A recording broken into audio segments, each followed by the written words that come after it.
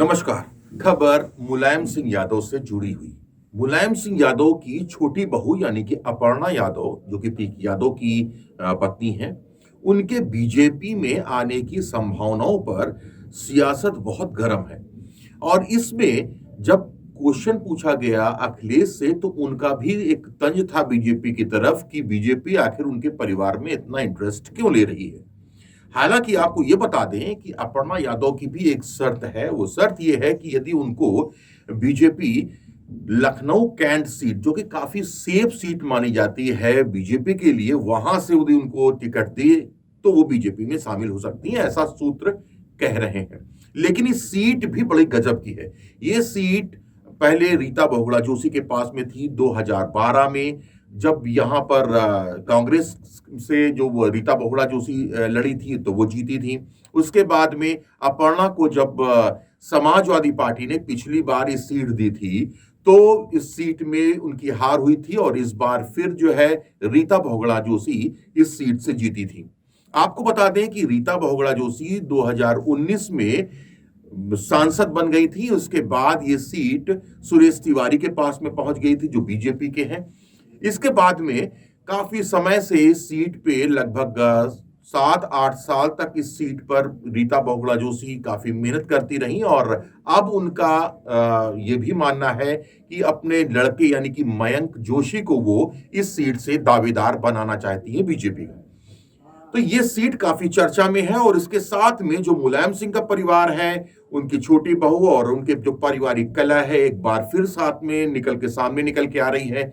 ये बहुत दिलचस्प सीट इसलिए भी है क्योंकि इस सीट में जब अपर्णा यादव का नाम आया तो वो कहीं ना कहीं ये जुड़ता हुआ दिखाई दे रहा है कि वो योगी आदित्यनाथ को काफी पसंद करती रही है शुरू से ही। और जैसे ही योगी आदित्यनाथ ने जब उत्तर प्रदेश के 2017 में मुख्यमंत्री पद की शपथ ली थी, उसी के बाद से जब वो गौशाला का निरीक्षण करने पहुंची थी तो वहां पर योगी आदित्यनाथ भी थे और उन दोनों की मुलाकात हुई थी। इसके बाद में ये जरूर कहा जा सकता है कि अपर्णा यादव शुरू से ही योगी आदित्यनाथ की प्रशंसक रही हैं।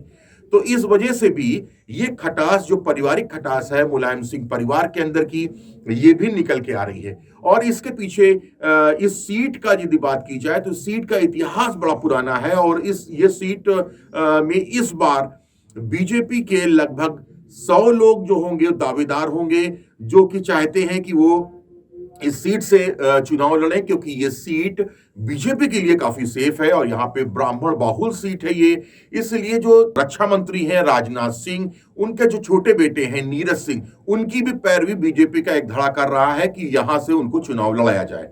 लेकिन अब ये देखने की बात होगी कि क्या अपर्णा यहां से चुनाव लड़ने के लिए आ रही हैं, क्या बीजेपी में उनकी एंट्री हो रही है, और यदि बीजेपी में उनकी एंट्री हो रही है तो क्या वाकई में कैंट सीट उनको दिए जाने की उनकी कोई शर्त है। इस पर भी बहस हो सकती है। लेकिन ये जरूर बता दें आपको, इस पूरी सीट में जो रीता बहुगुणा जोशी हैं वो काफी प्रमुखता से और अपनी नाक के सवाल बनाते हुए इस सीट के दावेदारी पर लगी हुई हैं, और वो चाहती हैं कि किसी कीमत में वो सीट उनके लड़के मयंक जोशी को मिले। ऐसा सूत्र भी कहते हैं कि यहां पर इस सीट से मयंक जोशी को टिकट दिलाने के बाद हो सकता है कि वो राजनीतिक जीवन से संन्यास भी ले लें।